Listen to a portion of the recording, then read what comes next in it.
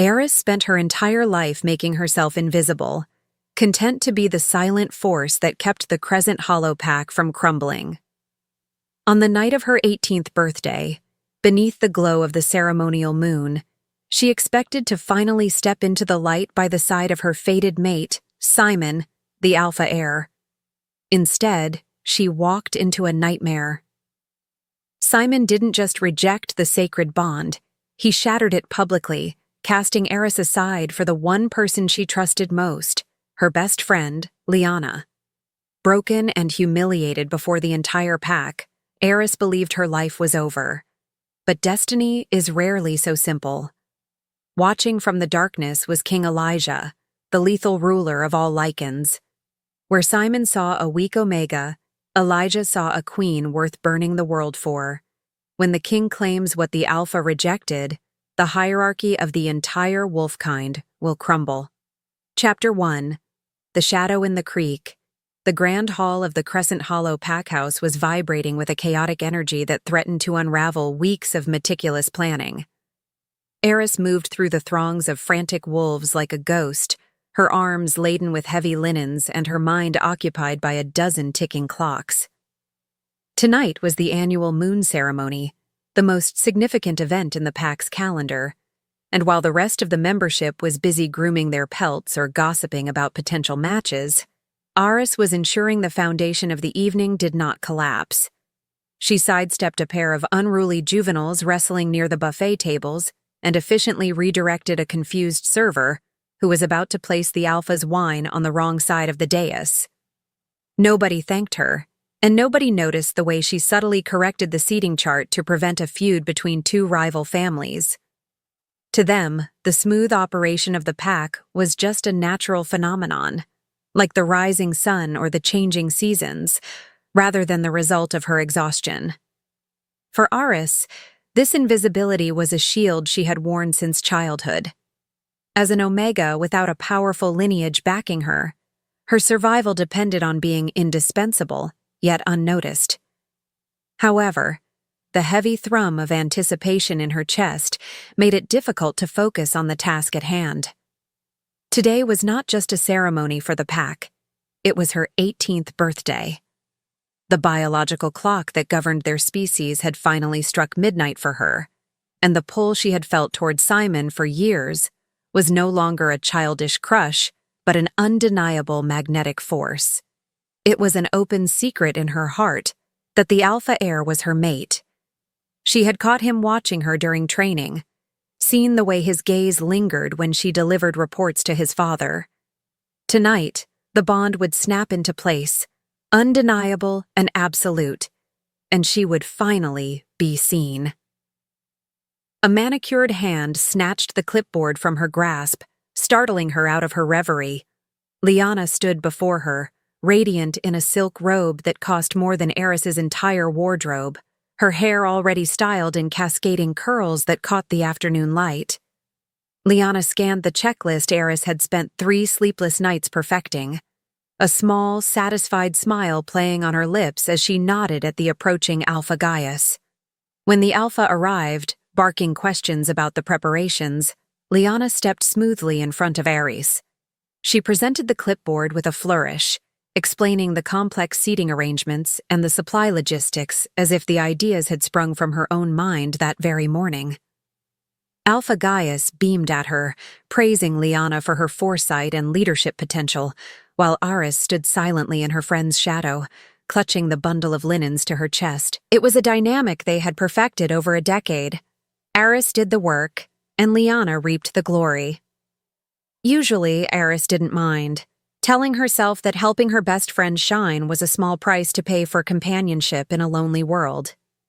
But today, a flicker of resentment ignited in her gut, hot and unfamiliar. Liana turned back to her once the Alpha had moved on, her smile not quite reaching her eyes. She dismissed Aris with a wave of her hand, instructing her to finish setting the lower tables before getting dressed. Liana leaned in close, her voice dripping with a sweetness that suddenly felt cloying, and whispered that tonight would change everything for both of them. She promised that by sunrise, everyone would know their true place in the pack. Aris watched her friend glide away, the heavy linens feeling suddenly like lead in her arms. She tried to shake off the unease settling in her stomach, telling herself that Liana was simply excited for Aris's mating. Tonight, Simon would claim her, and she would finally have the standing to claim credit for her own hard work. She hurried toward the servants' quarters to find her dress, unaware that the change Liana promised was not the one Aris had been dreaming of, and that the moon rising above the trees was about to witness her undoing. Chapter 2. A wolf in sheep's clothing. The servants' quarters were cramped and dimly lit, a stark contrast to the opulent suites located on the upper floors of the pack house. Yet Aris found a strange comfort in the small space she called her own. She hurried into the room, her breath coming in short, nervous bursts, only to find Liana already there, sitting on the narrow bed with a large garment bag draped over her lap. The sight of her best friend waiting for her eased some of the tension that had been knotting Aris's shoulders since the morning. Liana stood up gracefully, her smile bright and seemingly genuine, and unzipped the bag to reveal a dress of pale, washed-out gray fabric. It was simple to the point of being severe, with a high neckline and long sleeves that seemed ill-suited for the humid summer evening. Aris hesitated, her eyes darting to the vibrant red gown Liana was wearing, a dress that hugged her curves and left her shoulders bare to the moonlight. Liana noticed the hesitation immediately and stepped forward, her voice dropping to a conspiratorial whisper that made Aris lean in. She insisted that she had spoken to Simon just yesterday, and he had confided that he found modesty to be the most attractive trait in a future Luna. According to Liana, Simon was tired of the girls who flaunted everything. He wanted someone demure, someone who looked like they took the sanctity of the pack seriously. Aris ran her fingers over the rough material of the gray dress, fighting down a wave of disappointment. She had imagined wearing something beautiful for the moment she met her mate, something that would make her feel like a queen rather than a shadow, but she trusted Liana's judgment implicitly.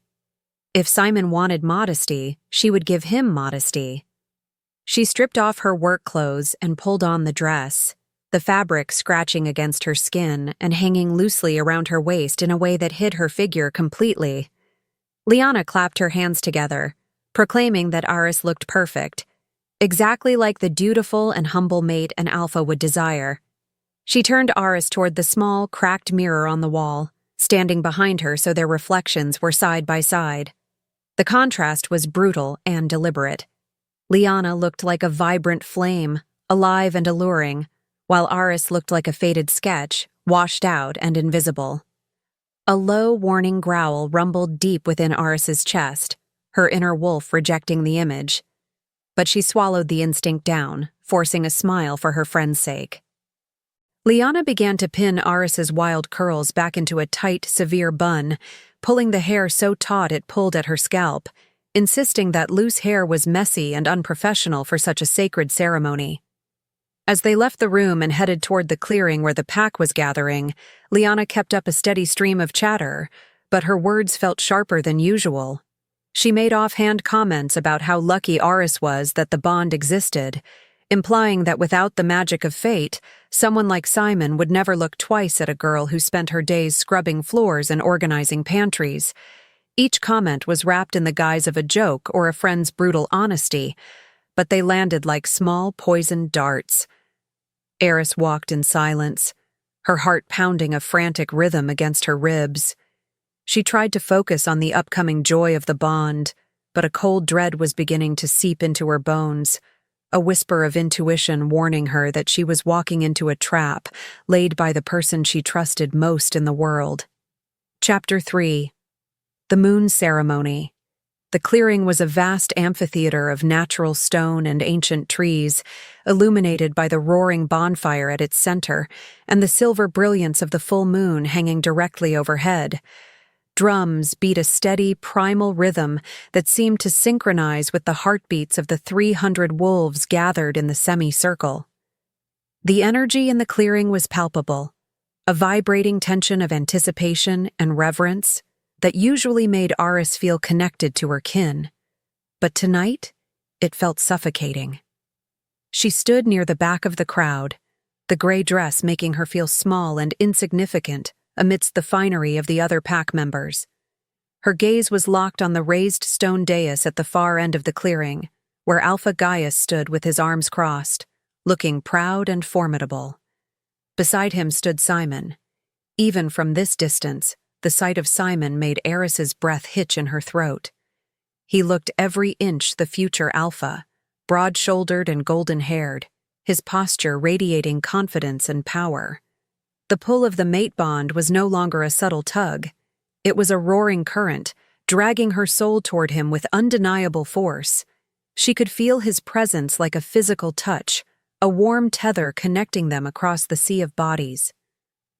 She waited for him to scan the crowd, to lock eyes with her, and acknowledge the connection that was rapidly solidifying as the moon reached its zenith. But Simon's gaze remained fixed on the horizon, his expression unreadable and strangely cold.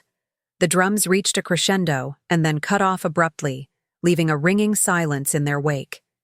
Alpha Gaius stepped forward to give the traditional blessing, his voice booming across the silent crowd, welcoming the new adults into the fold and praising the strength of Crescent Hollow.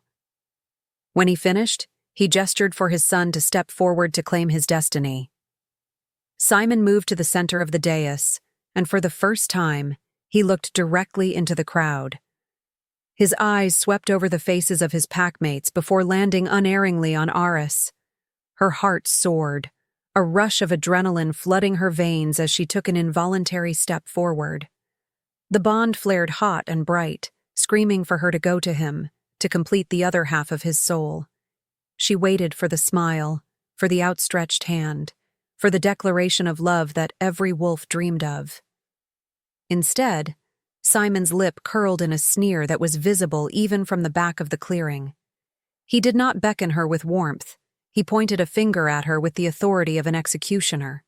He spoke her name, but it was not a caress. It was an accusation. His voice rang out, clear and devoid of any emotion other than contempt, echoing off the trees. He declared that the moon had made a mistake. He announced to the stunned silence that he refused to be shackled to a weak, invisible Omega, who had nothing to offer the pack but administrative labor. He rejected the bond. He rejected her.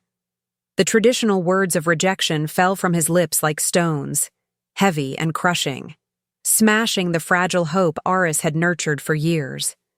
The air left her lungs as if she had been punched, the shock so absolute that she couldn't even process the meaning of the words, until the physical backlash of the severed bond began to tear through her chest.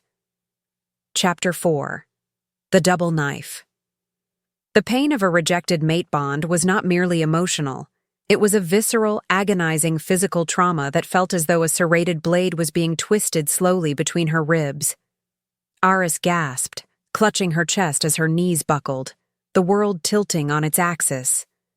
A collective gasp rippled through the pack, a sound of scandal and horror, for a public rejection was a rare and brutal thing, usually reserved for criminals or traitors.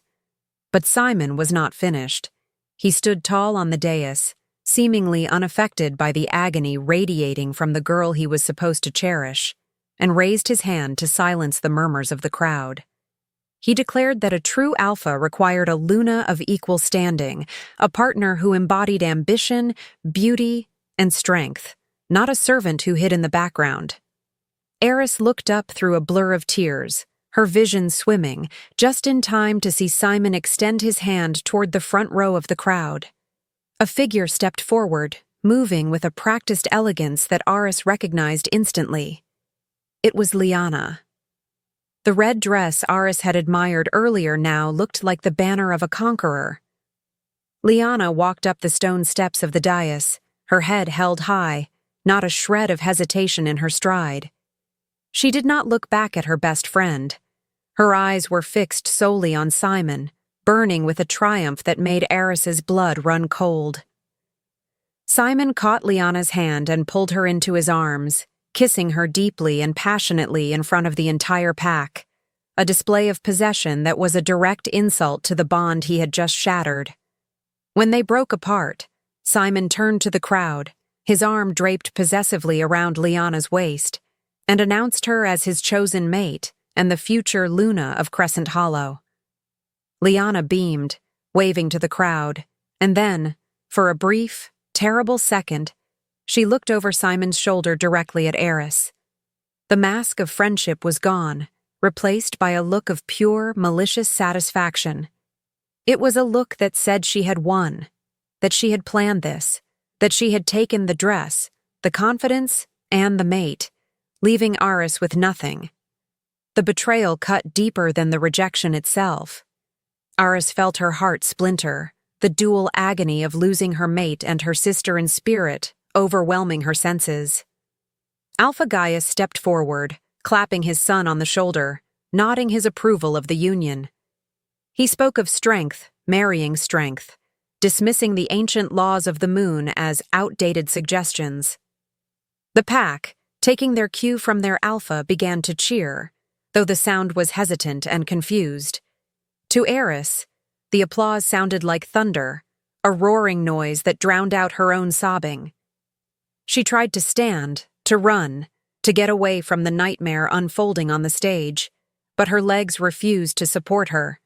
She collapsed onto the cold earth, curled into a ball of misery, utterly broken, while the couple on the stage basked in the glow of the firelight, stepping over the wreckage of her life without a backward glance. Chapter 5. Gold Eyes in the Dark. The celebration on the dais was cut short not by a voice, but by a sudden, terrifying pressure that descended upon the clearing like a falling sky. The cheers died in the throats of the pack members, replaced by a stillness so profound it felt as if time itself had frozen. The firelight seemed to dim, the shadows at the edge of the forest stretching and twisting unnaturally.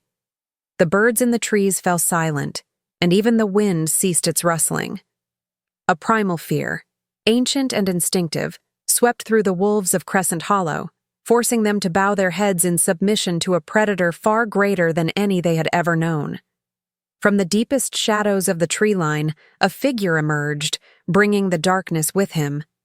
He was immense, towering over the tallest warriors of the pack, his broad frame encased in a tailored suit that cost more than the land they stood on, yet he moved with the silent, predatory grace of a jungle cat.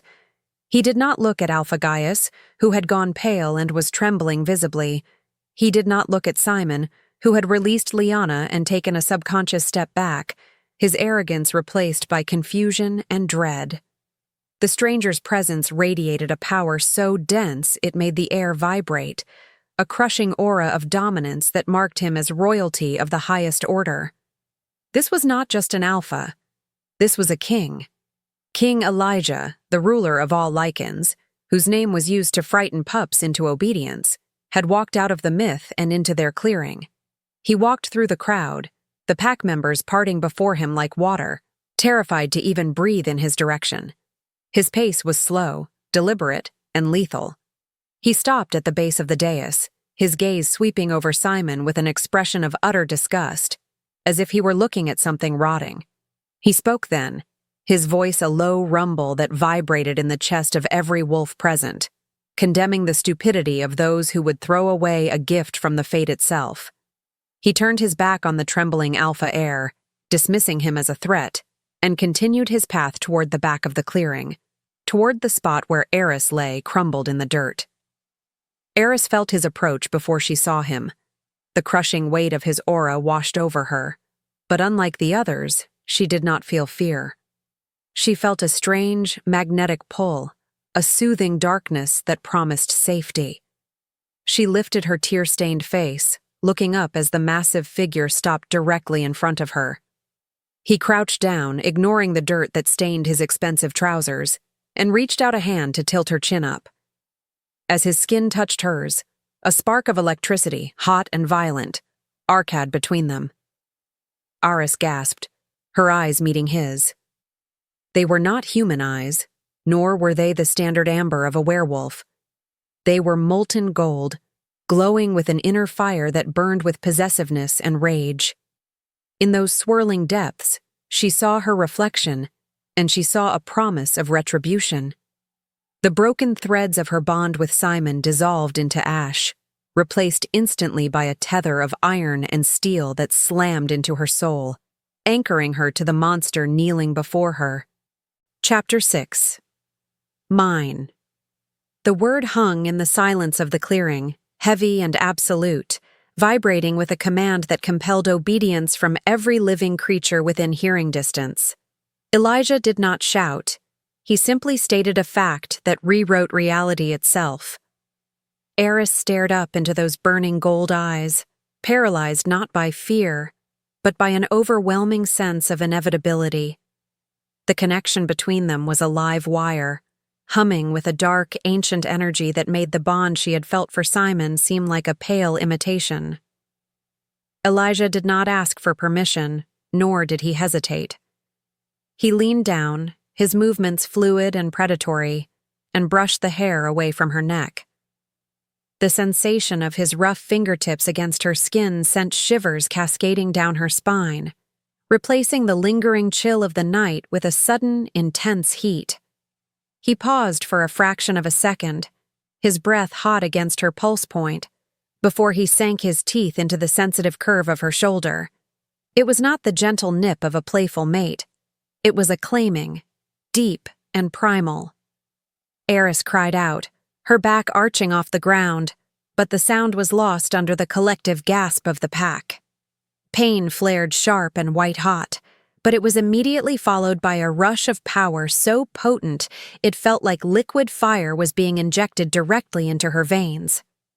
The agony in her chest, the physical trauma caused by Simon's rejection, vanished instantly. The broken shards of her previous bond were swept away by a torrent of golden light that flooded her system, knitting her spirit back together and reinforcing it with steel. She could feel the Lycan's venom entering her bloodstream, not as a poison, but as a catalyst, waking up parts of her wolf that had been dormant her entire life. Her vision sharpened, the darkness of the forest retreating as details leaped out at her, the texture of the bark on distant trees, the frantic heartbeat of a mouse hiding in the grass, the terrified scent of the pack surrounding them. Elijah pulled back, licking the drop of blood that welled at the mark he had left behind. He stood up, pulling Aris with him as easily as if she weighed nothing. She stumbled, her legs feeling like jelly under the onslaught of new sensations, but his arm clamped around her waist, an iron bar of support that refused to let her fall. He turned to face the dais, his expression thunderous. Simon stood frozen, his face a mask of shock and inexplicable rage. The alpha heir had just discarded Aris as worthless, yet seeing her claimed by the king, seeing the glowing mark on her neck that denoted her as royalty, ignited a twisted possessiveness in his gut. He took a step forward, his mouth opening to protest, to claim some prior right, but Elijah's lip curled back to reveal elongated fangs.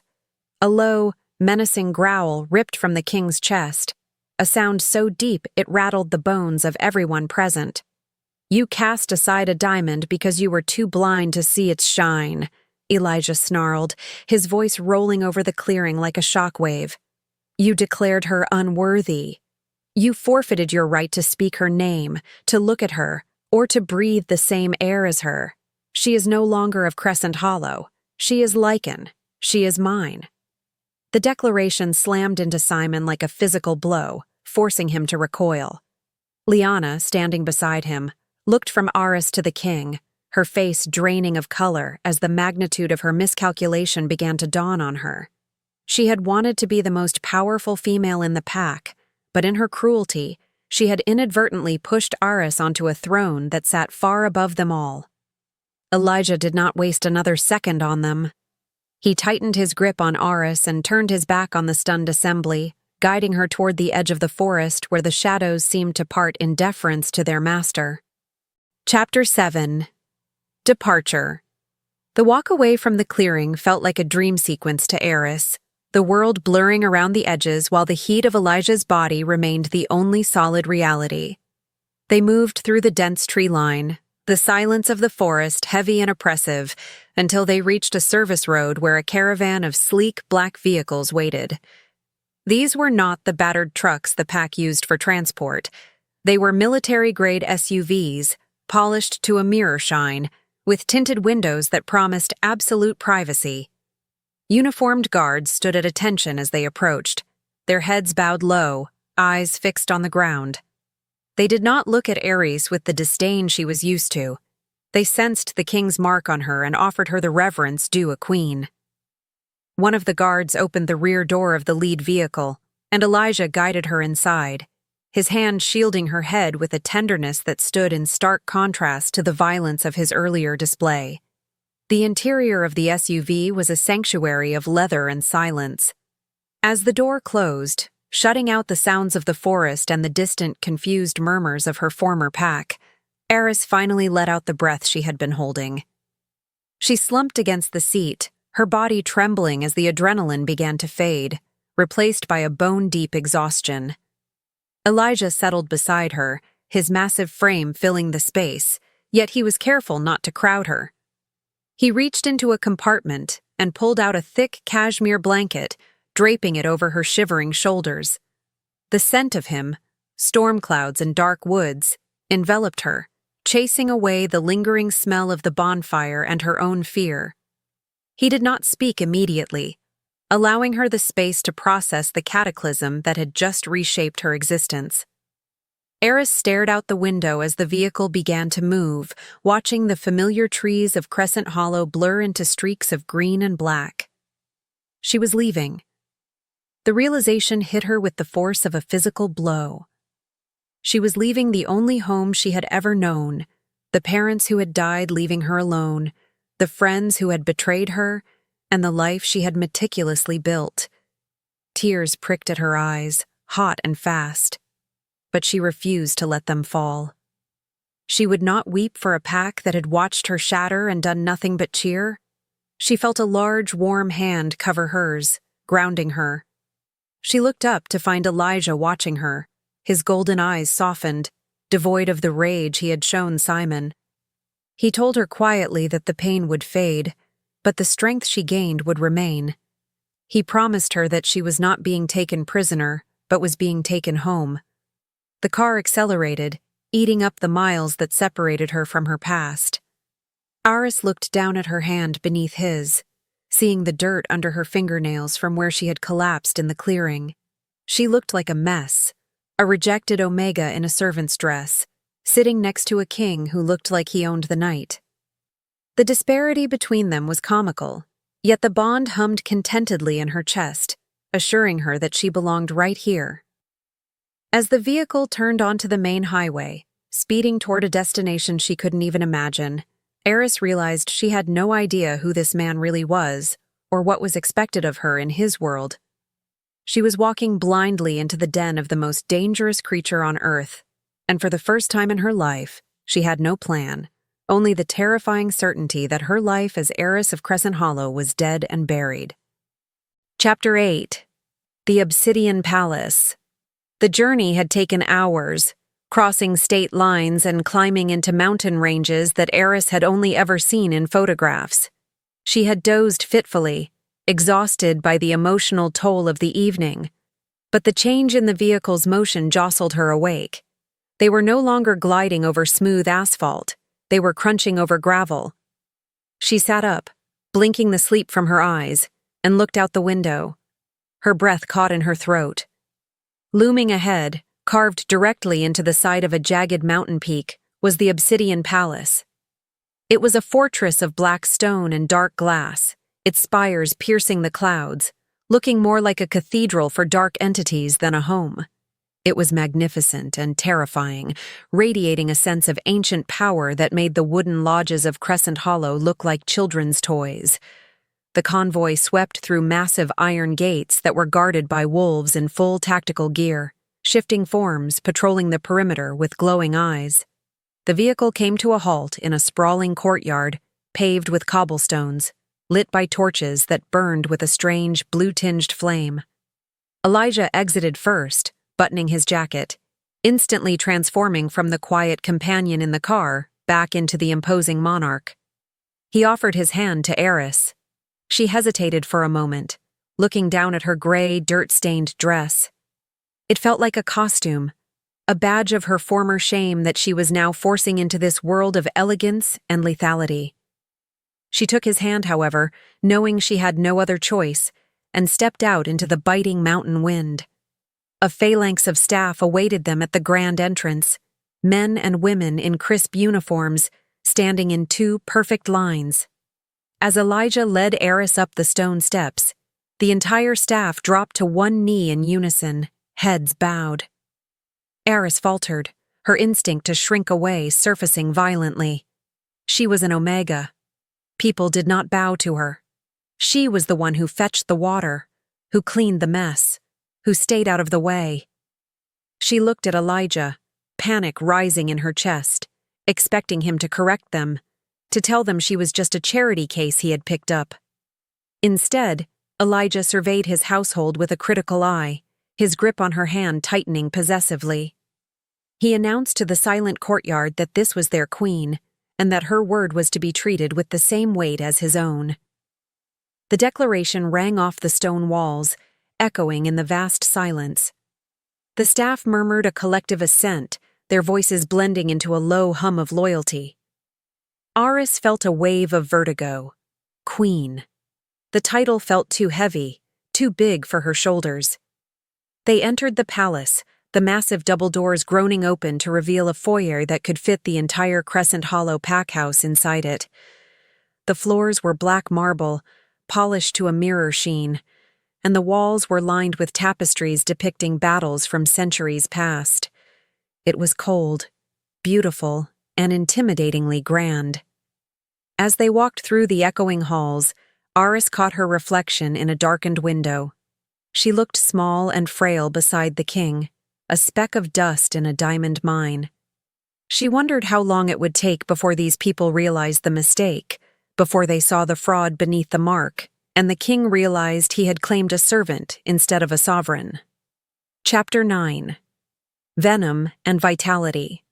The grandeur of the palace soon faded into a blur as a sudden, intense heat began to radiate from the mark on Aris's neck. It started as a prickling sensation, like pins and needles, but within minutes of entering the grand foyer, it escalated into a raging fever that set her blood on fire. Her legs gave out completely, and this time she didn't just stumble. She collapsed. Elijah caught her before she hit the marble, scooping her up into his arms without breaking stride. His cool composure evaporated, replaced by a sharp, focused intensity. He barked orders at the hovering staff to prepare the master suite and to summon the healers, though he growled a warning that no one was to touch her but him. The world tilted and spun around Aris, the ceiling frescoes smearing into colorful streaks as he carried her up the sweeping staircase. They reached a massive bedroom dominated by a 4-poster bed draped in heavy velvet. Elijah laid her down on the cool sheets, his movements surprisingly gentle for a man of his size. Aris writhed, clutching at the sheets, feeling as though her bones were being broken and rearranged. It wasn't just pain, it was a restructuring of her entire being. She gasped out, asking what was happening to her, terrified that her body was rejecting the bond, proving her unworthiness once and for all. Elijah sat on the edge of the bed, taking her burning hand in his cool ones. He explained that the venom of a Lycan king was not like the bite of a normal wolf. It was an evolutionary accelerant. It was stripping away the weaknesses of her Omega lineage, rewriting her genetic code to match his own so that she could stand beside him without being crushed by his power. The night passed in a haze of delirium. Aris floated in and out of consciousness, her body besieged by the transformation. At times, she felt like she was burning alive.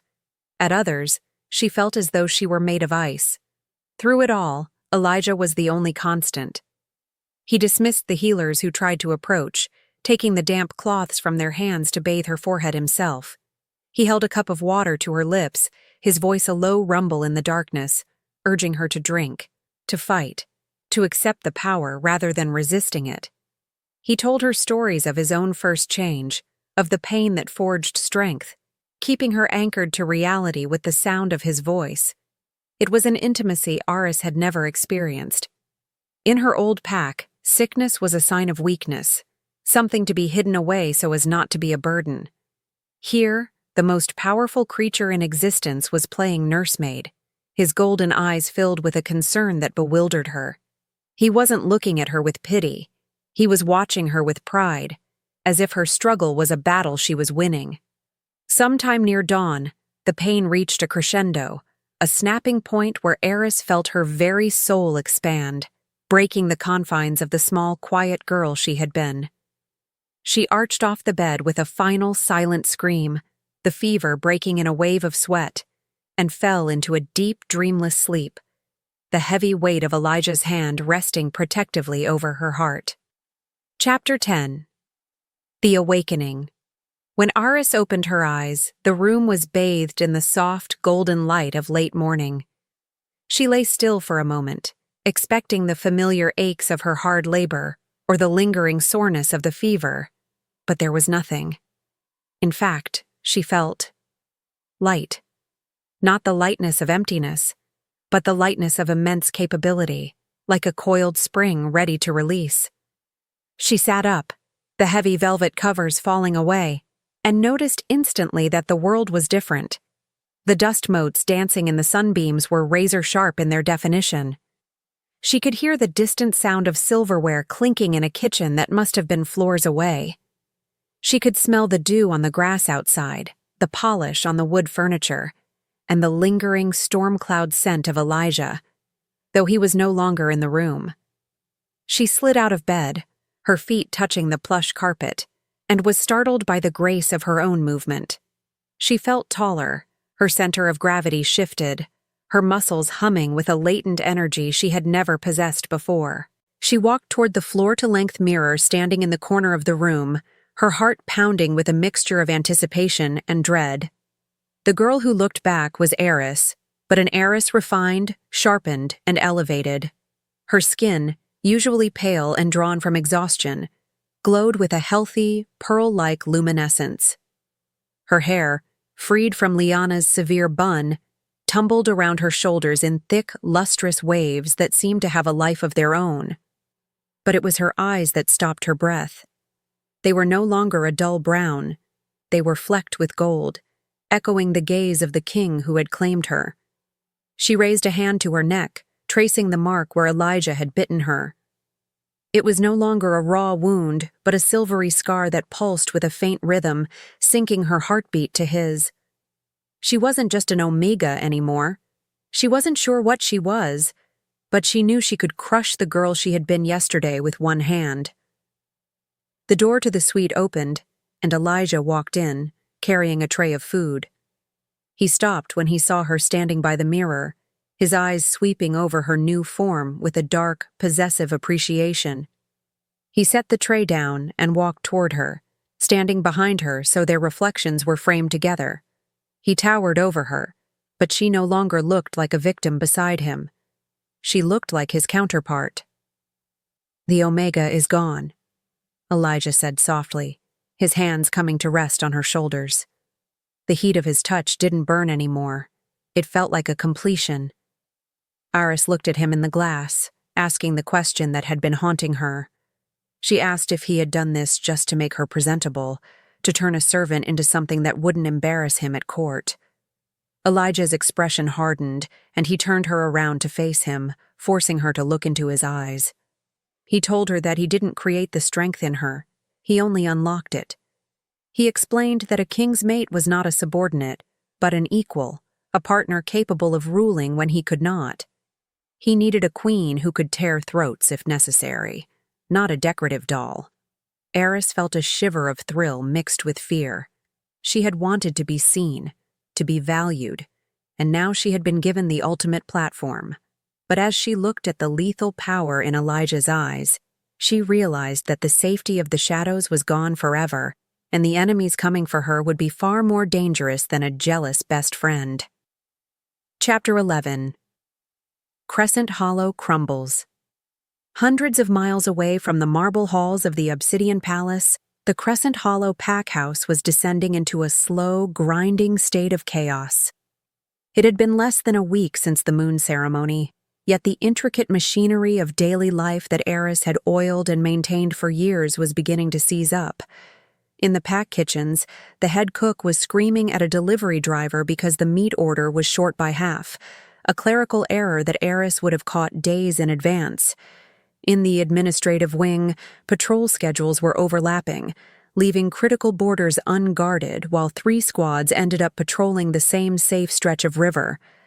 The trash bins behind the main lodge were overflowing, the stench of rotting refuse drifting into the open windows of the Alpha's office, serving as a pungent reminder of the invisible labor that had vanished along with the rejected Omega.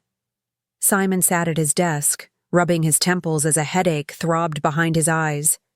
He had expected his first week as the mated Alpha heir to be a victory lap, a time of celebration and power consolidation. Instead, he was drowning in complaints.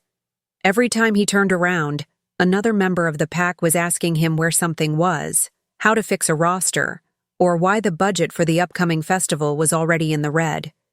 He had barked at them to ask Liana, his chosen Luna, assuming she would naturally step into the role.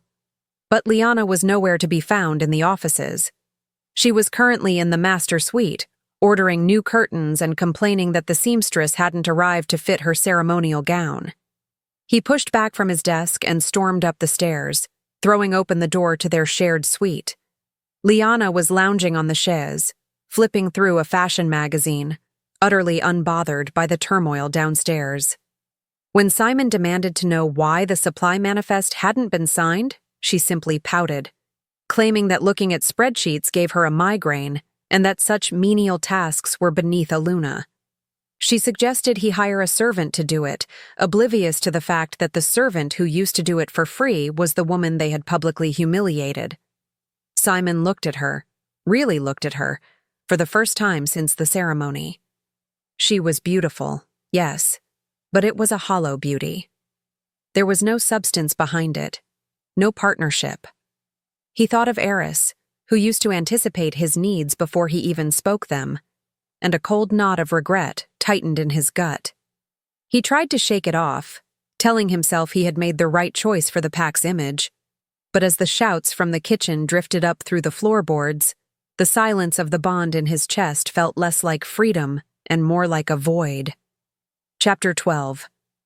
Court Politics. The council chamber of the Obsidian Palace was a room designed to intimidate. A massive table of dark, polished wood dominated the center, surrounded by 12 high-backed chairs, occupied by the most powerful Lycan nobles in the kingdom. These were ancient creatures, warriors who had seen centuries of war, and they looked at Aris with eyes full of skepticism. Elijah sat at the head of the table, his presence a brooding storm, but he had remained silent for the last hour, allowing Aris to fend for herself. The topic at hand was a logistics crisis. A harsh winter was predicted for the northern territories, and the current supply lines were insufficient to feed the border garrisons. Lord Vane, a grizzled Lycan with a scar running down his snout, slammed his fist on the table, insisting that they needed to pull warriors off the border to hunt, compromising their security. Aris sat to Elijah's right, her hands folded calmly on the table. She had spent the last 2 days in the archives, memorizing the kingdom's ledgers, a task she found comforting in its familiarity. She cleared her throat, the sound small but distinct in the cavernous room. When Vane turned his glare on her, asking if the little Omega had something to add, she didn't flinch. She stood up, walking over to the large map on the wall. With a steady voice, she pointed out that the current supply route relied on the main highways, which froze over in December. However, she had noticed in the old trade manifests that there was a secondary underground tunnel system used during the Great War that bypassed the frost line. If they diverted the grain shipments through those tunnels using smaller carts rather than the massive trucks, they could maintain the supply flow without removing a single warrior from the wall. Silence fell over the room as the nobles processed the information. They were warriors, accustomed to thinking in terms of strength and brute force, not infrastructure and old trade routes. Lord Vane looked at the map then back at Aris, his expression shifting from disdain to grudging respect. Elijah leaned back in his chair, a smirk touching his lips, as he watched his mate dismantle their arguments with simple logic. He asked the table if anyone had a counter-proposal. No one did. In 10 minutes, Aris had solved a problem that had plagued the council for weeks. She sat back down, her heart hammering against her ribs, but her face remained a mask of cool composure. She realized then that the skills she had honed in the shadows of Crescent Hollow, the obsession with detail, the planning, the foresight, were not signs of servitude. They were the tools of a ruler. Chapter 13. The Summons. The victory in the council room had earned Aris a tentative respect from the staff and the nobles, but Elijah was not content with tentative. He stood by the window of his private study, looking out over the jagged peaks that formed the natural fortification of his kingdom. The sun was setting, casting long, blood-red shadows across the snow. He turned to Aris, who was sitting by the fireplace reading a book on Lycan history, and announced that it was time to make her position official. He wasn't just talking about a coronation, he was talking about a display of power. He intended to summon the alpha of every pack under his jurisdiction to the Obsidian Palace for a mandatory fealty ceremony. They would come, they would kneel, and they would swear allegiance to their new queen. Aris lowered the book, her stomach giving a nervous flutter. She knew what this meant. It meant Crescent Hollow would be summoned. It meant Alpha Gaius, Simon, and Liana would have to travel here and bow before her. The thought was both terrifying and strangely intoxicating. She asked Elijah if it was wise to provoke them so soon, to rub their faces in their mistake. Elijah moved away from the window and crossed the room to stand before her, his golden eyes burning with an intensity that made her breath hitch. He told her that this wasn't about provocation. It was about survival. In the wolf world, weakness was a death sentence. If the packs believed she was a soft target, they would come for her. They needed to see her standing at his side, draped in the power of the Lycan court, untouchable and sovereign. He walked to his desk and drafted the summons himself, sealing the heavy parchment with the royal crest in black wax. He handed the letter to a courier with instructions that it was to be delivered to Crescent Hollow first. The message was clear. The king was watching, and attendance was not optional. Aris watched the courier leave, feeling the wheels of fate turning once again. She wasn't the same girl who had wept in the dirt of the clearing. She had the venom of a king in her veins and the mind of a strategist. Let them come, she thought, a cold resolve settling over her. Let them see what they threw away, and let them realize that the ladder they used to climb over her had been kicked out from under their feet. Chapter 14. The Reunion. The day of the fealty ceremony brought a biting wind that screamed through the high passes, but the interior of the Obsidian Palace was warm and ablaze with the light of 1,000 candles. The great hall was packed with delegations from over 50 packs, a sea of fur, leather, and nervous energy. Aris stood on the raised dais beside Elijah's massive black throne, her knees shaking slightly under the heavy layers of her ceremonial gown.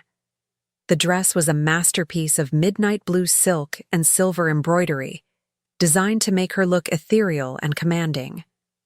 A crown of woven silver and obsidian rested on her head, its weight a constant reminder of her new reality. Elijah stood next to her, his hand resting possessively on the small of her back, his aura flaring out to keep the crowd subdued. The herald announced the arrival of the Crescent Hollow delegation. The heavy doors at the far end of the hall groaned open, and Alpha Gaius entered, followed closely by Simon and Liana. They looked small in the vastness of the hall, their rustic finery looking cheap compared to the opulence of the Lycan court. Aris watched them approach the dais, her heart pounding a frantic rhythm, but her face remained impassive. She saw the moment Simon spotted her. He stopped mid-step, his eyes widening in shock. He had expected to see the girl he rejected, plain, quiet, and broken. Instead, he was looking at a queen who glowed with vitality, her beauty enhanced by the Lycan magic. radiating a power that rivaled his own father's. Liana's reaction was more visceral, her face twisted into a mask of ugly jealousy as she took in the gown, the crown, and the way the Lycan king looked at Aris. She clutched Simon's arm, her nails digging into his suit jacket, but Simon didn't seem to notice her. He was staring at Aris with a look of devastation. The phantom pain of the bond he had severed throbbed in the air between them, a silent accusation. They reached the foot of the dais and, under the heavy glare of King Elijah, were forced to kneel. It was a moment of perfect, poetic justice. The man who had called her a servant was now bowing at her feet. Aris looked down at them, expecting to feel anger, but instead she felt a distant pity. They looked so small, so petty, trapped in their little games while she had ascended to a level they couldn't comprehend. Chapter 15. Dinner with Wolves. The banquet that followed the ceremony was a tense affair. The Crescent Hollow delegation had been seated at the table nearest the royal dais, a placement that was technically an honor, but felt more like a punishment. Liana drank wine nervously, her eyes darting around the room, unable to reconcile the reality of Aris's status. When the conversation lulled, Liana's voice cut through the din, shrill and overly sweet. She addressed the table, recounting a funny story from their childhood about how Aris used to scrub the pack house floors on her hands and knees, trying to paint the queen as a glorified maid. The hall went silent. The other alphas looked uncomfortable, sensing the danger in the air. Elijah's hand tightened on his wine glass, the crystal groaning under the pressure, a growl building in his chest. Aris placed a calming hand on Elijah's arm and turned her gaze to Liana. She didn't yell. She didn't get flustered. She simply smiled, a cold, regal expression that didn't reach her eyes. She thanked Liana for the reminder, stating that scrubbing floors had taught her to spot filth that others missed, no matter how well it was dressed up. A ripple of laughter went through the court as the insult landed.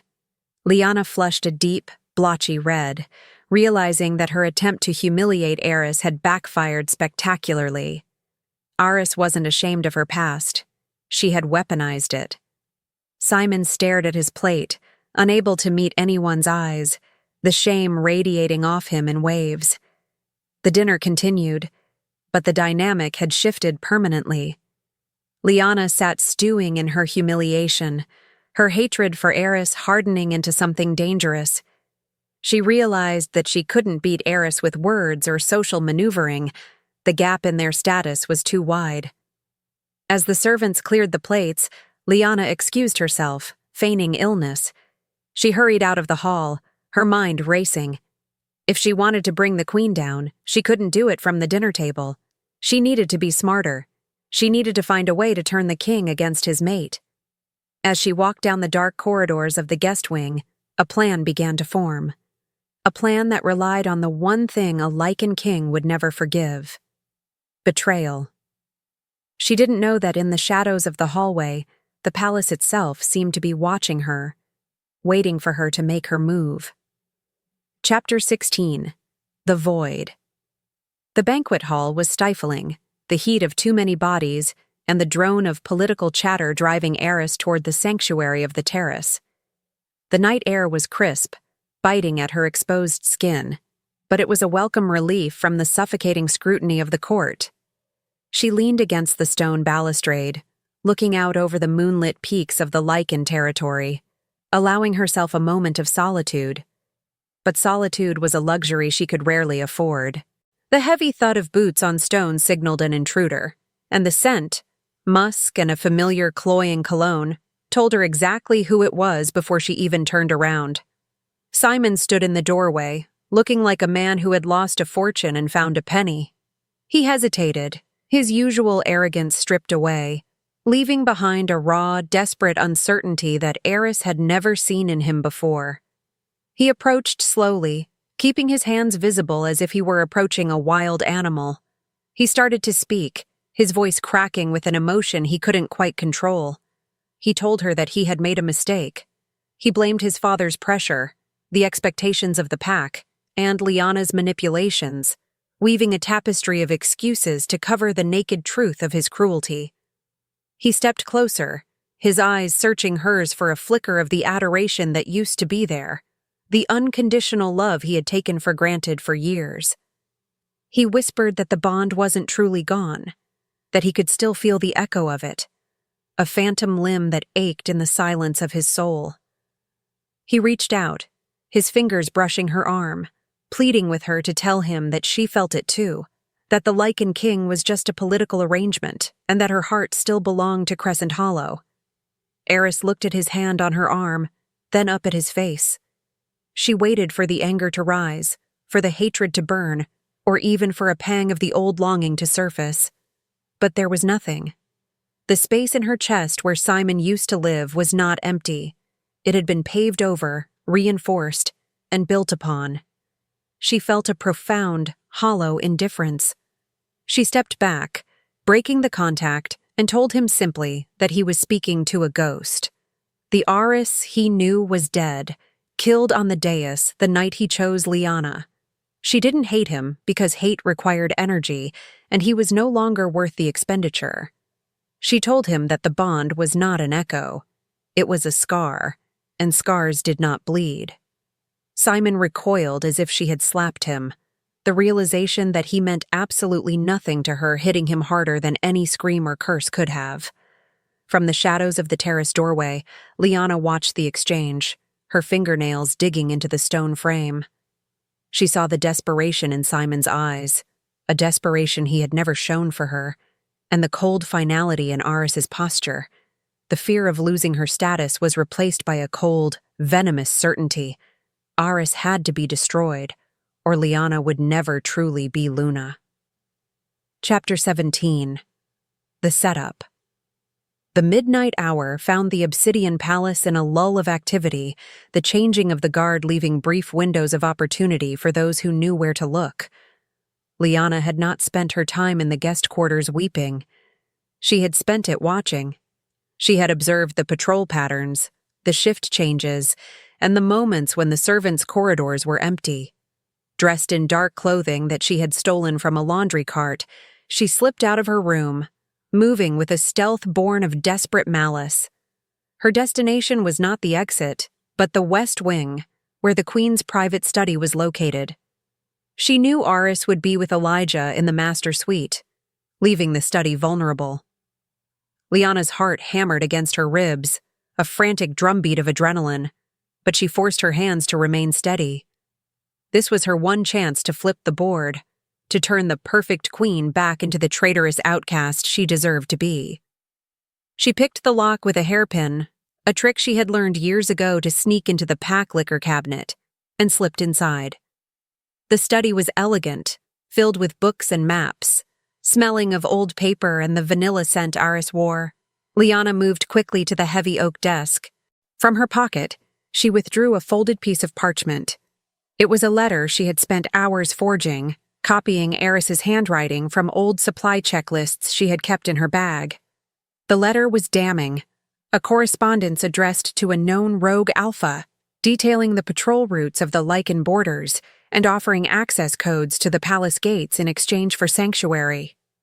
It was the kind of treason that carried a mandatory death sentence in Lycan law. But the letter alone wasn't enough. It needed physical proof. Liana opened the top drawer of the desk, her fingers brushing past quills and wax, until she found what she was looking for. She pulled out a small velvet pouch she had swiped from the king's war room during the tour earlier that day. Inside was a seal, a minor signet ring used for authorizing gate passes. She placed the ring deep inside the drawer, tucked under a stack of blank parchment, and then slid the forged letter halfway under the blotter, making it look like it had been hastily hidden. She stepped back, surveying her work. It looked perfect. It looked like the sloppy mistake of an inexperienced spy. Liana allowed a cruel smile to touch her lips. Aris thought she was untouchable because of a mark on her neck, but Liana knew that even queens could bleed if you used the right knife. She slipped out of the room, leaving the door slightly ajar, just enough to catch the eye of the passing Royal Guard patrol. Chapter 18. The Accusation. The alarm that shattered the silence of the Obsidian Palace was not a bell, but a low-frequency siren that vibrated in the teeth and bones of everyone within the walls. Aris shot up in bed, her heart racing, reaching instinctively for Elijah, but his side of the mattress was already empty. He was standing by the window, pulling on tactical trousers, his body tense with the alertness of a predator sensing an intrusion. Before she could ask what was happening, the heavy double doors of their suite burst open. It wasn't an attack, it was the captain of the Royal Guard, flanked by 4 armed warriors. They did not bow. Their weapons were not drawn, but their hands hovered near their holsters, their expressions grim and apologetic. The captain stepped forward, his eyes avoiding the king's furious glare, and stated that a breach of security had been detected in the queen's study. Aris scrambled out of bed, grabbing a silk robe and wrapping it tightly around herself. She demanded to know what was going on, her voice trembling slightly but holding firm.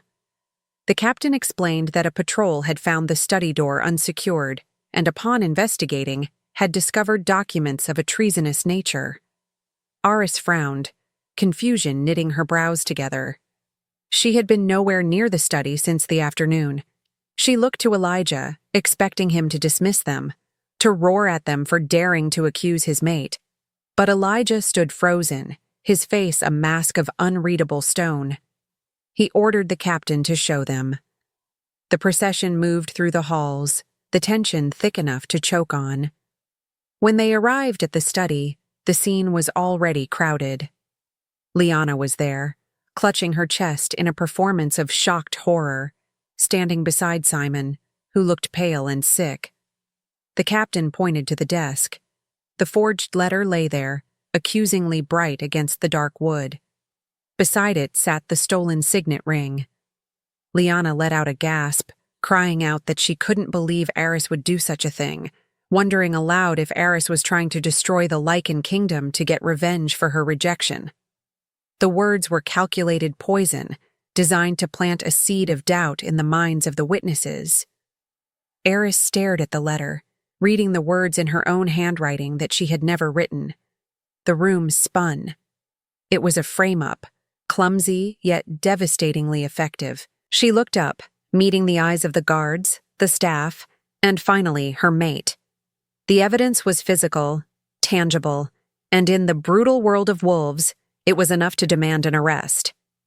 The captain stepped forward, producing a pair of silver suppression cuffs. He asked the queen to come with them, for the safety of the crown. Chapter 19. The Interrogation. The holding cell was not a dungeon, but it was devoid of the luxury Aris had grown accustomed to. It was a stark, windowless room with a single metal table and 2 chairs, the walls lined with soundproofing foam. Aris sat at the table, her hands resting on the cold metal, the silver cuffs biting into her wrists and dampening the connection to her wolf. She felt cut off, isolated, and small. The door opened with a heavy hydraulic hiss, and Elijah walked in. He was alone. He did not sit. He paced the small room like a caged tiger, his energy filling the space with a volatile, crackling pressure. He slammed the forged letter onto the table between them, the sound echoing like a gunshot. He leaned over her, his hands planting on the table, bringing his face inches from hers. His golden eyes were churning with a storm of emotions, rage, betrayal, fear. Aris couldn't tell. He asked her, his voice a low, dangerous growl, if she had written it. He demanded to know if she was selling his kingdom to the rogues. Aris looked at him, refusing to flinch, refusing to look away. She saw the evidence. She knew how bad it looked. But she also knew the man in front of her. Or she thought she did.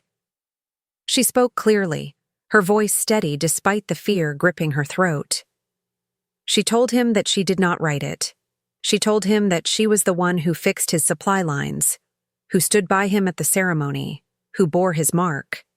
She asked him if he truly believed she was capable of such treachery, or if he was just looking for a reason to regret claiming an Omega. The silence that followed stretched for an eternity. Elijah stared into her eyes, searching the depths of her soul, looking for the flicker of a lie. He saw the fear, yes, but beneath it, he saw the same steel spine that had faced down the council. He saw the truth. But outside this room, the court was baying for blood. The evidence had been seen by the guard. He couldn't just wave his hand and make it disappear without looking like a tyrant blinded by lust. He pushed off the table and turned his back to her, running a hand through his hair. He told her that the penalty for high treason was death. He said that Liana had already given a statement claiming she had seen Aris meeting with strange wolves in the forest. The web was tight, and the venom was spreading. Simon was out there too, corroborating Liana's story, likely out of fear or manipulation. Elijah turned back to her, his expression shifting. The rage was gone, replaced by a cold, calculating intelligence. He told her that they didn't need to prove her innocence to him. They needed to prove it to the pack. And to do that, they had to play a dangerous game. Chapter 20. The Silent King. Elijah moved to the side of the room and tapped a sequence into the security panel on the wall, disabling the audio recording. The red light on the camera blinked off. The atmosphere in the room shifted instantly. The terrifying king vanished, and the protective mate rushed forward. He pulled a key from his pocket and unlocked the suppression cuffs, rubbing her chafed wrists with gentle thumbs. He whispered that he knew it was a lie the moment he saw the letter. Aris drafted logistics reports with flawless grammar, while the forgery had 3 syntax errors consistent with the dialect of Crescent Hollow, not the Lycan education she was rapidly absorbing. He knew Liana was behind it. He had smelled her cloying floral scent lingering on the desk underneath the smell of the polish. Aris sagged against him, the relief nearly bringing her to her knees. She asked why he had stormed in looking like he wanted to kill her. Elijah held her face in his hands, his gaze fierce. He explained that they were being watched. If he appeared to forgive her instantly without process, the council would revolt, thinking he was compromised. They needed a public spectacle. Liana wanted a trial. He would give her one, but it wouldn't be the trial she expected. He explained that the artifact Liana had planted, the signet ring, was not just a piece of jewelry. It was an ancient relay device, warded with old magic that reacted violently to those who held it with deceit in their hearts. They spent the next hour huddled together, whispering the details of the trap. Aris would have to remain in the cell for the night to sell the illusion of her fall from grace. She would have to face the court tomorrow and look terrified. She would have to let Liana believe she had won until the very last second. Elijah kissed her forehead, a promise of vengeance in the touch. He told her to be strong, to hold on to the bond, and to trust him. He relocked the cuffs, though loosely this time, and reactivated the camera. When he left the room, he slammed the door with enough force to shake the walls, shouting a fake threat for the benefit of the guards outside.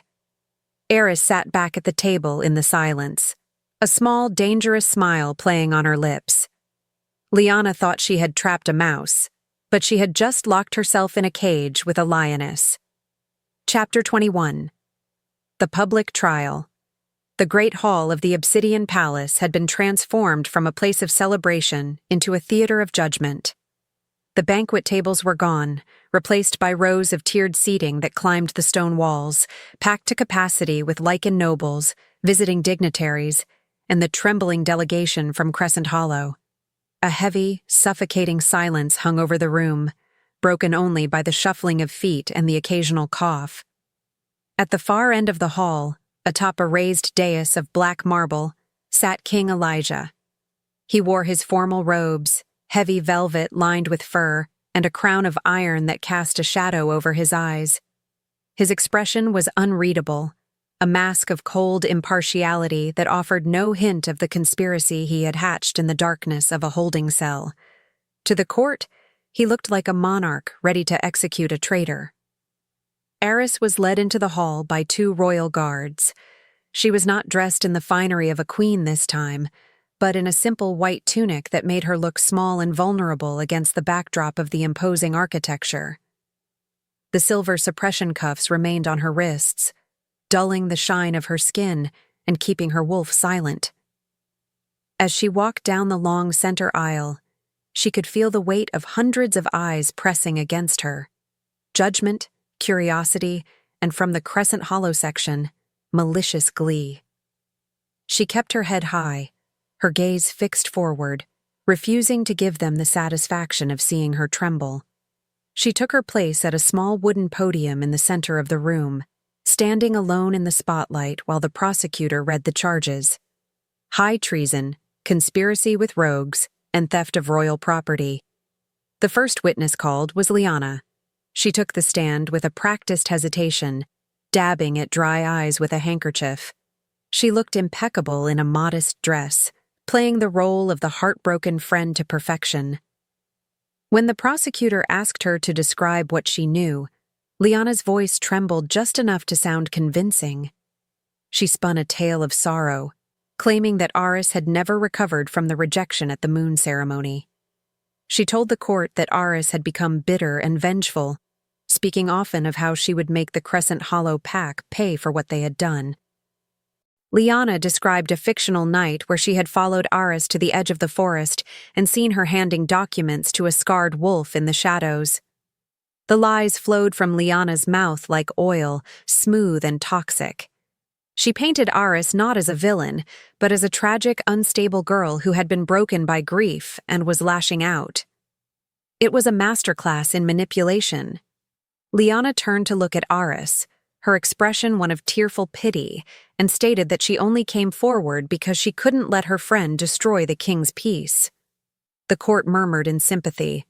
Simon, sitting in the front row, nodded along, his face pale, seemingly convinced by the performance. Aris listened to every word, her face impassive, but her mind was racing, cataloging every inconsistency, every embellishment, and every trap Liana was laying for herself. She waited for her turn, her silence acting as a canvas upon which Liana painted her own destruction. Chapter 22. The trap sprung. When the prosecutor finished, a hush fell over the room as King Elijah leaned forward on his throne. He did not look at the lawyers, he looked directly at Aris. With a voice that carried to the back of the hall without shouting, he asked the accused if she had anything to say in her defense. Aris nodded and stepped away from the podium, the chains on her wrists clinking softly in the silence. She did not appeal to their emotions. She did not cry or beg for mercy. She turned to the court and began to speak with the clinical precision of the logistician she had always been. She started with the timeline Liana had presented. Aris pointed out that on the night Liana claimed to have seen her in the forest meeting rogues, the palace logs showed that Aris was in the lower kitchens, reorganizing the grain inventory with the head chef, a fact that could be corroborated by 3 staff members. She then turned her attention to the forged letter. She asked the court to look closely at the handwriting. While it was a good imitation, she noted that the writer had used a specific ink blend that was common in the south but rare in the Lycan mountains, an ink that smeared slightly when exposed to the humidity of the palace, unlike the archival ink Aris used for all her correspondence. She pointed out the grammatical errors, the specific phrasing that belonged to the dialect of a Crescent Hollow villager, not a Lycan queen. Liana's confident facade began to crack. She shifted in her seat, her eyes darting to Simon for support. But Simon was frowning, looking from Aris to the letter, the logic beginning to penetrate his denial. Aris wasn't finished. She turned her focus to the physical evidence, the stolen signet ring found in her desk. She explained to the court that the ring in question was an ancient artifact, a distinct seal used only for high-level clearance. She looked directly at Liana and asked how a simple Omega from Crescent Hollow would know which ring to steal, or how to bypass the magical wards on the king's private drawer to get it. Liana stood up, flushing red, and shouted that Aris must have used dark magic or seduced a guard. The outburst was shrill and ugly, contrasting sharply with Aris's calm demeanor. Aris waited for the echo of Liana's shout to fade before playing her final card. She turned to Elijah and requested a test of character. She explained that the royal signet ring was forged with old blood magic. It was designed to burn the flesh of anyone who held it with deceit in their heart or without the proper authority. If Liana was telling the truth, and she had merely found the ring, she should be able to pick it up without consequence. But if she had stolen it with malicious intent, the ring would know. Aris gestured to the small velvet pillow where the ring sat as evidence. She challenged Liana to pick it up and prove her truth to the assembly. Chapter 23. The Burn. The challenge hung in the air, heavy and suffocating. All eyes turned to Liana. The color had drained completely from her face, leaving her looking sickly and gray under the harsh lights of the hall. She stared at the silver ring as if it were a viper coiled to strike. She tried to laugh it off, dismissing the challenge as a superstitious parlor trick. But King Elijah's voice cut through her deflection like a blade. He commanded her to pick up the ring. It was not a request. It was an order from an apex predator, backed by the full weight of his authority. The guards took a step toward Liana, blocking her path to the exit. She was trapped. With trembling hands, Liana approached the evidence table. She looked at Simon, a silent plea for help in her eyes. But Simon was staring at her with a dawning horror, realizing that her hesitation was an admission of guilt. Liana reached out, her fingers hovering over the silver band.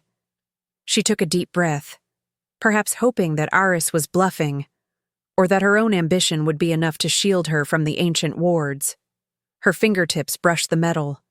For a heartbeat, nothing happened. Then, a sound like searing meat hissed through the quiet hall. Liana screamed. It was a raw, guttural sound of agony that made the hair on Aris's arms stand up. Liana snatched her hand back, clutching it to her chest, but the damage was done. A chaotic purple light flared from the ring, leaving a charred black brand across her palm and fingers. She fell to her knees, sobbing, the smell of burnt skin wafting through the front rows. The court erupted into chaos. Nobles leaped to their feet, shouting in outrage. The proof was undeniable. The magic had judged her and found her wanting. King Elijah stood up, his shadow stretching long across the floor. He descended the steps of the dais, his movements slow and terrifying. He walked past the stunned guards and stopped before the weeping woman. He did not offer her aid. He reached out and grabbed Aris's hand, the one still in cuffs, and unlocked the silver restraints with a wave of his own power. He lifted Aris's hand for all to see, showing her unblemished skin, then picked up the ring himself and slid it onto her finger. The ring glowed with a soft, warm golden light, recognizing its true mistress. The contrast between the queen's golden glow and the traitor's blackened hand was the final nail in Liana's coffin. Liana looked up, her face streaked with mascara and tears, to see Simon standing over her. He wasn't helping her up. He was looking at her with pure revulsion, finally seeing the rot beneath the beauty he had idolized. Chapter 24. The True Queen. The fallout was swift and brutal. Simon dropped to his knees before Aris, his head bowed so low his forehead nearly touched the cold stone floor. He began to babble, a stream of desperate apologies, claiming he had been bewitched, manipulated, and blinded by Liana's lies. He swore on his alpha blood that he would serve Aris for the rest of his days if she would just forgive him. He tried to reach for the hem of her tunic, a beggar pleading for scraps of the affection he had once thrown away. Liana, cradling her burned hand, crawled toward them, adding her own wails to the cacophony, begging for mercy, for a second chance, invoking the memory of their childhood friendship. Aris looked down at them, the two people who had defined her existence for so long. She felt the bond with Elijah humming in her veins, strong and unbreakable, a stark contrast to the pathetic display before her.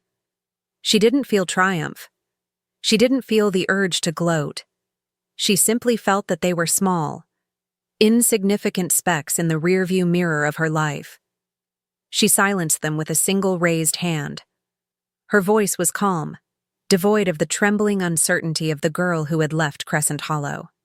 She told Simon that his apology was rejected, not out of spite, but because his loyalty was as shifting as the wind. She told Liana that friendship was a bond of trust, and Liana had severed it the moment she chose ambition over loyalty. King Elijah stepped up beside her, his arm wrapping around her waist, presenting a united front of absolute power. Aris delivered her sentence. She would not execute them. Death was too quick, and it would make them martyrs. Instead, she banished them. They were stripped of their titles, their rank, and their pack affiliation. They were to leave the Lycan kingdom and Crescent Hollow territory immediately, to live as rogues, nameless and protectionless in the wild lands. It was a fate worse than death for a wolf, to be alone, without a pack, without a home. The guards dragged the screaming Liana and the weeping Simon from the hall, the heavy doors slamming shut behind them with a finality that echoed in the silence.